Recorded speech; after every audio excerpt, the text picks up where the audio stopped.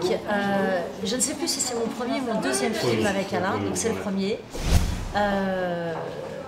J'étais paniquée, en même temps extrêmement flattée.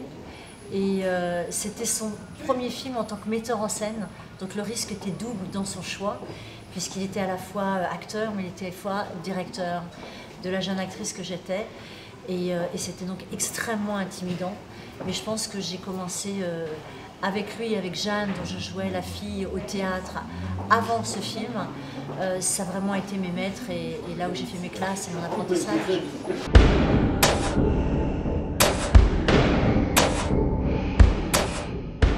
Nikita. Moi, Nikita, évidemment, il y a un avant et un après.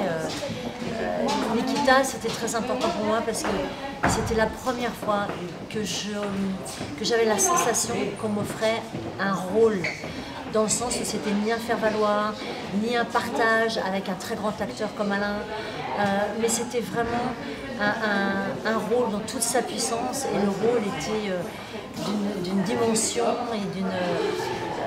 voilà, c'est des rôles rares, c'est des rôles particuliers, et Nikita, c'est ma sœur. Nikita, ça a vraiment été un succès planétaire, et donc en Amérique, on m'a proposé pas mal de films, de rôles après Nikita, et en fait, j'ai eu besoin de rester encore dans les racines, encore dans la recherche, l'exploration. Et j'avais trop peur qu'avec les films américains, on rentre dans un mouvement, dans une mécanique qui fait qu'on n'a plus le droit à l'erreur, qu'on n'a plus le droit au choix, qu'on n'a plus le droit à tout ce qui va être hauteur, ce qui va être pointu, ce qui va être complexe. Alors moi, c'est vraiment ces univers-là qui m'intéressent.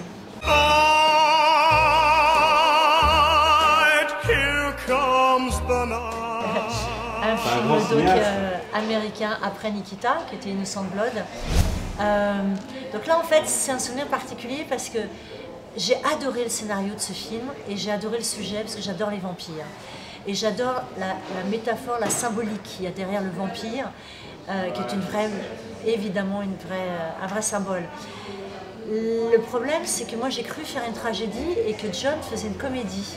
Et quand j'ai vu le film, j'ai été extrêmement surprise et le film m'a déplu parce que justement je m'étais sentie totalement trahie par rapport à l'atmosphère du film.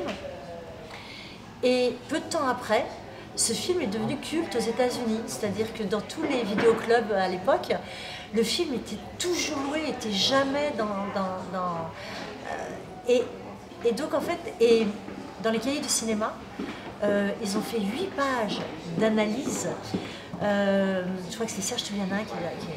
Et donc j'étais extrêmement surprise que ce film, dont j'avais eu un peu l'arrogance de dire oui, enfin bon, c'est pas très... Et donc j'ai revu ma copie entre-temps, et effectivement, je pense que c'est un film que j'aime bien avec le temps. Je ne l'ai pas aimé sur le moment, je l'aime bien avec le temps.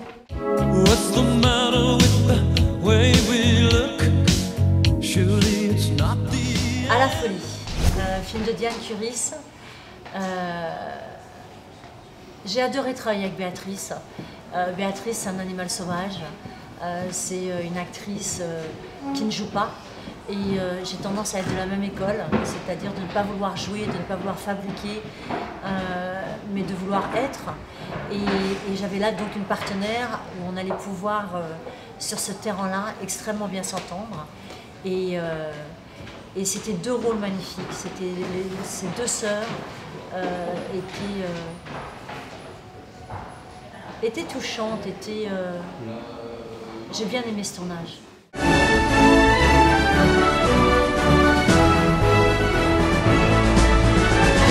Et effectivement, je jouais Anne d'Autriche aux côtés de Leonardo DiCaprio. Et j'ai été très très surprise par Leonardo DiCaprio, non pas par son talent qui était déjà connu, archi reconnu et une évidence, mais par son humilité justement. Il sortait du Titanic, donc il était au sommet de sa gloire, et j'ai trouvé qu'il avait une attitude avec nous et avec moi, enfin avec la partie française du film, extrêmement humaine, extrêmement accessible. Et il lui est arrivé sur une scène où il m'a demandé mais est-ce que vous voulez refaire une prise, et où j'ai pas osé parce que justement lui était magnifique dans la prise et que le metteur en scène avait dit non, tout va très bien, et il m'a dit mais vous voulez refaire une prise, parce que moi j'ai dit non mais je vais pas vous déranger à refaire une autre prise. Il m'a dit mais bien sûr que si. Donc il était vraiment d'une générosité et d'un partage qui m'a extrêmement étonnée, parce que voilà, c'est pas toujours le cas, et que là, quand on en est là où il en était, on a parfois une attitude qui n'est pas si agréable.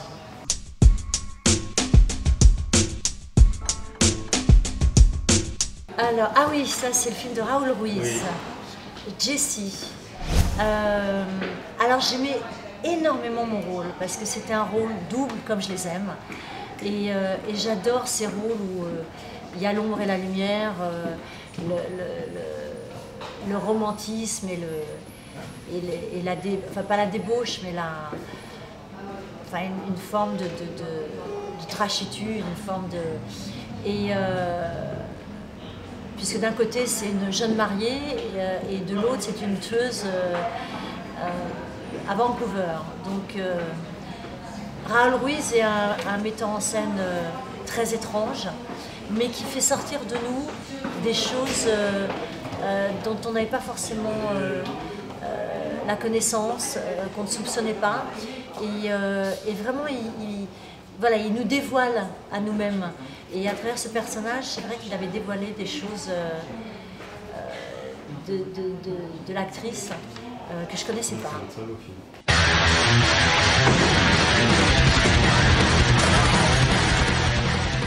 Alors Gangster, premier film, et donc ça c'est quelque chose que j'aime beaucoup faire, parce que les premiers films c'est une première fois, c'est un premier cri, c'est un premier jet, et comme toutes les premières fois c'est puissant, c'est touchant, et c'est très beau à partager. Et c'était le premier film d'Olivier Marchal, et je suis très fière de l'avoir fait.